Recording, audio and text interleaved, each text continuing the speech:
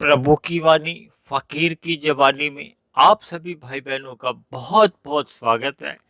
आज की चर्चा का विषय है जीवन का यूं ही बीत जाना।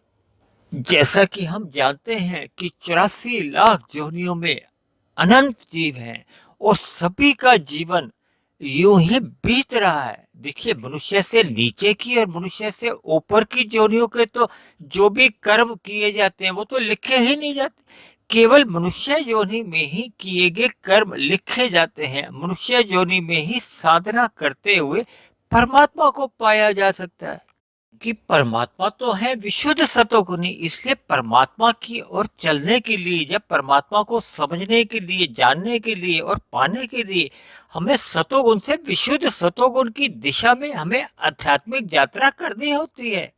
यदि मनुष्य रजोगुण में ही लिप्त रहता हुआ विषय भोगों में, यानी कि गंध, रस, रूप, स्पर्श और शब्द विषयों में ही लिप्त रहता है, तो मिले हुए मनुष्य योनि के अवसर को यूं ही गंवाने के बराबर ही है। यानी कि जीवन का यूं ही बीत जाना, इसको आप कह सकते हैं।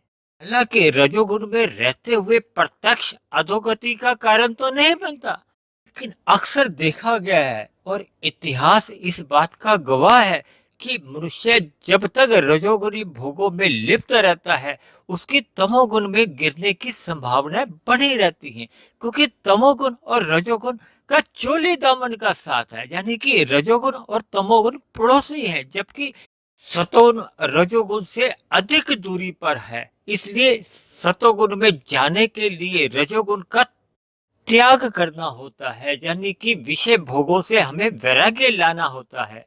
कि कलयुग में तो ऐसा देखा गया कि इन्हीं भोगों के लिए मनुष्य छल कपट ठगी करता हुआ तमोगुण में गिर जाता है और मिले हुए जीवन में आध्यात्मिक उन्नति के स्थान पर अपनी ही अधोगति कर बैठता है। इस पर आप भी चिंतन कीजिए।